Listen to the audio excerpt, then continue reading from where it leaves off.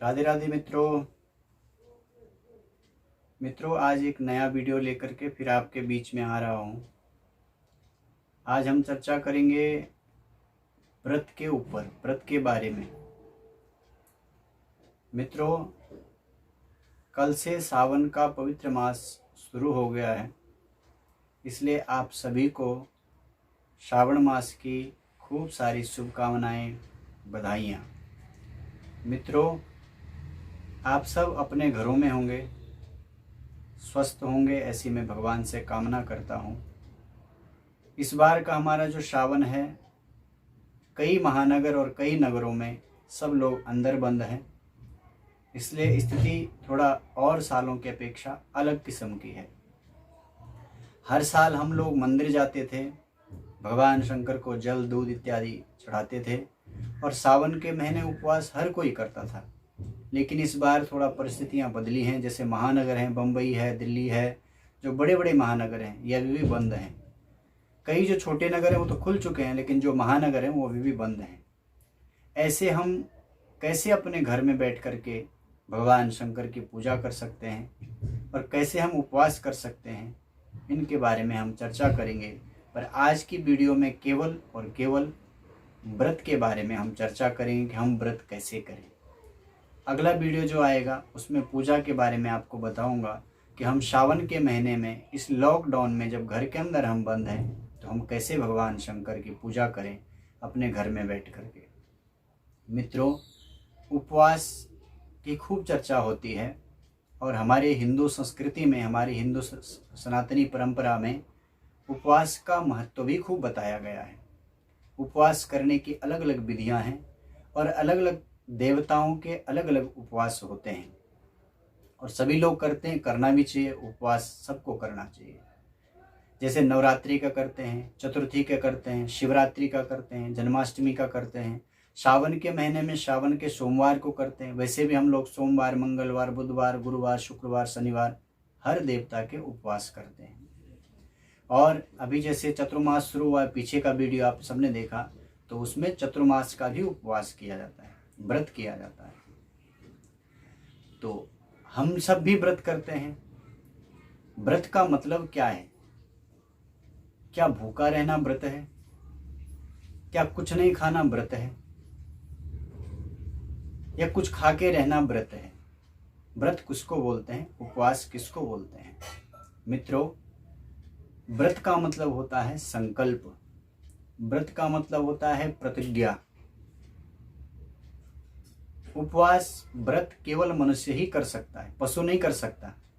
पशु के आप सामने घास रख दो, चारा रख दो, तुरंत खाना शुरू कर देगा। पर मनुष्य के अंदर व्रत करने का, संकल्प करने की क्षमता है और उस संकल्प के माध्यम से मनुष्य कुछ भी कर सकता है। वो इतनी दृढ़ प्रतिज्ञा कर सकता है, इतना बड़ा दृढ़ उसका संकल्प हो सकता है कि वो उससे कुछ भी कर सकता है। और उपवास, उप बोलते हैं समीप, वास मतलब होता है बैठना। उप मतलब समीप, समीप मतलब नजदीक, वास मतलब बैठना।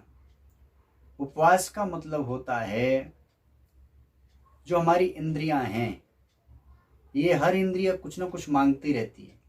आँख कुछ मांग रही, कान कुछ मांग रहा है, मुंह कुछ मांग रहा है, जीवा कुछ मांग रही, चर्म इंद्रिय कुछ मांग रही, हाथ कुछ मांग रहे।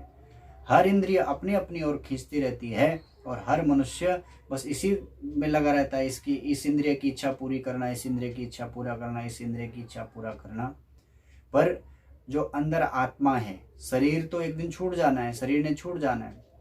और खाना है किस लिए? क्योंकि शरीर की रक्षा हो, शरीर हमारा पुष्ट हो। शरीर माध्यम खलु धर्म साधन, में धर्म का साधन है। पर इस शरीर पे ही सीमित नहीं रहना, हमें ईश्वर तक जाना है। उपवास के दिन इन इंद्रियों की इच्छा को छोड़ करके हम अपने मन के द्वारा भगवान के पास जाते हैं। अपनी वाणी के द्वारा भगवान के पास रहें, अपने श्रोत्र इंद्रिय के द्वारा भगवान के पास रहें, अपनी चक्षुंद्रिय के द्वारा भगवान के पास रहें, अपनी जीवा के द्वारा भगवान के पास रहें, अपने स्पर्श इंद्रिय के द्वारा भगवान के पास रहें और अपनी जो 10 इंद्रियां हैं हर इंद्रिय के द्वारा हम भगवान के पास रहें। उपवास का यही मतलब होता है। उस दिन हम भगवान के नज़दीक बैठें। उप मतलब समीप, वास मतलब होता है बैठना। उपवास के दिन हम भगवान के नज़दीक बैठें। हर इंद्रिय के द्वारा आप जिस देवता का उपवास कर रहे हैं, आप जिसका भी व्रत कर रहे हैं, चाहे सोमवार का है, शिव जी का है, मंगलवार का है, बुधवार का है, या शनि का है, या फिर शंकर जी का है, जो सोमवार अभी आ रहे हैं, सोमवार का, या चतुर्मास का, या गणेश जी का है, आप जिसका भी उपवास कर रहे हैं, उस व्रत के दिन, उस उपवास के दिन आप उस देवता के नज़दीक रहें। नज़दीक मतलब ऐसा नहीं कि अपने काम धंधा छोड़ करके, सब कुछ छोड़ करके बैठ जाएं वहीं पास में, और फिर घर वाले गाली देते रहेंगे तो कुछ काम नहीं कर रहा। ऐसा नहीं, आपको हर इंद्रिय के द्वारा उस इष्ट देव, उस भगवान के पास रहना जिसका आप उपवास कर रहे हैं। चाहे गणेश जी का कर रहे हैं तो मन के द्वारा गणेश जी के पास, वाणी के द्वारा गणेश जी के पास, नेत्रों के द्वारा गणेश जी के पास, आपका स्पर्श हो, आपके कानों में अगर शब्द पड़ रहा हो तो गणेश जी का, और सोमवार शंकर जी का आप कर रहे हैं तो हर इंद्रिय के द्वारा, जैसे मन से, वाणी से, मनसा वाचा कर्मणा, मन से, वाणी और कर्म से आप भगवान के पास रहें। तो अगर आप ऐसा उपवास करेंगे तो आपका उपवास 100% सफल होने वाला है। आप जो उपवास करें उसका 100% फल आपको मिलने वाला है। पर अगर आपने उपवास किया है और उपवास के दिन केवल आप भूखे हैं, भूखा रहना, केवल भूखा रहना उपवास नहीं है, भूखा रहना तो अनशन भी होता है, और आप भूखे हैं, भूखे रहने से क्या भगवान प्रसन्न हो जाएंगे? भूखे रहने से क्या भगवान प्रसन्न हो जाएंगे? अगर भूखे रहने मात्र से भगवान प्रसन्न हो जाए तो साहब न जाने कितने गरीब लोग हैं, कई दिन तक खाना नहीं मिलता, उनसे भगवान प्रसन्न हो जाते हैं।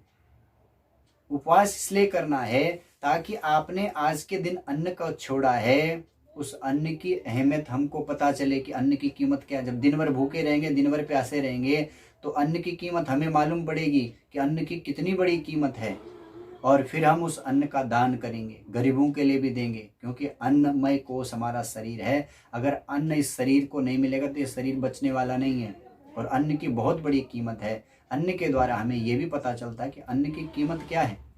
इसलिए अक्सर देखा गया है कि उपवास के बाद में फिर दान किया जाता है, भंडारा किया जाता है, उस अन्न की कीमत पता चलती है।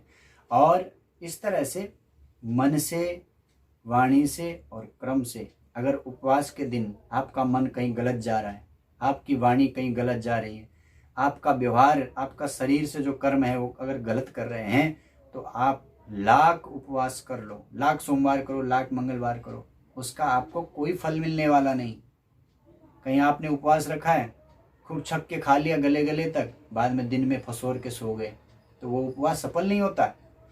कई नियम होते हैं उपवासों के। कई उपवास तो अन्न को त्याग के होता है, कई जल का त्याग करने से होता है कि भाई इस उपवास में जल का त्याग करना है। सबसे बड़ी बात है, आप मन से जो बाहर के विचार हैं उनका त्याग करो उपवास के दिन। वाणी सही रखो, आप अपनी वाणी को सही रखो। उपवास आपने रखा, दिन भर गाली दिए जा रहे हैं, फिर कहते हैं कि हमारे उपवास सफल नहीं होता। इसलिए आपसे निवेदन है, सावन का महीना है, आगे भी हमारे सब त्यौहार आ रहे हैं धीरे धीरे, सब लोग लॉकडाउन में अपने घरों में बंद हैं।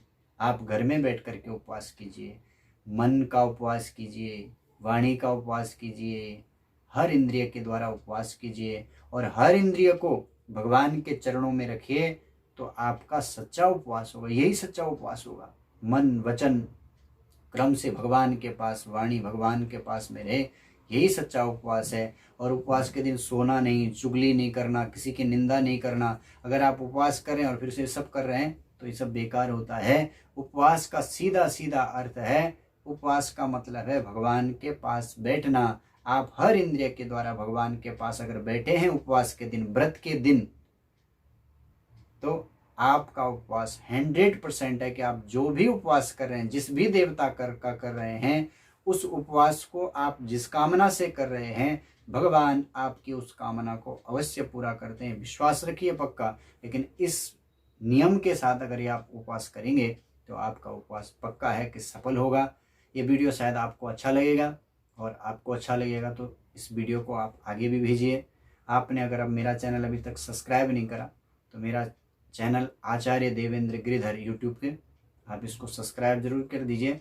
और आगे भी अब पूजन, जैसे हम घर में हैं लॉकडाउन में, तो हम कैसे भगवान शंकर का पूजन करें, इसकी विधि मैं अगले वीडियो में आपको बताऊंगा। अगले वीडियो आने तक आप सबको राधे राधे।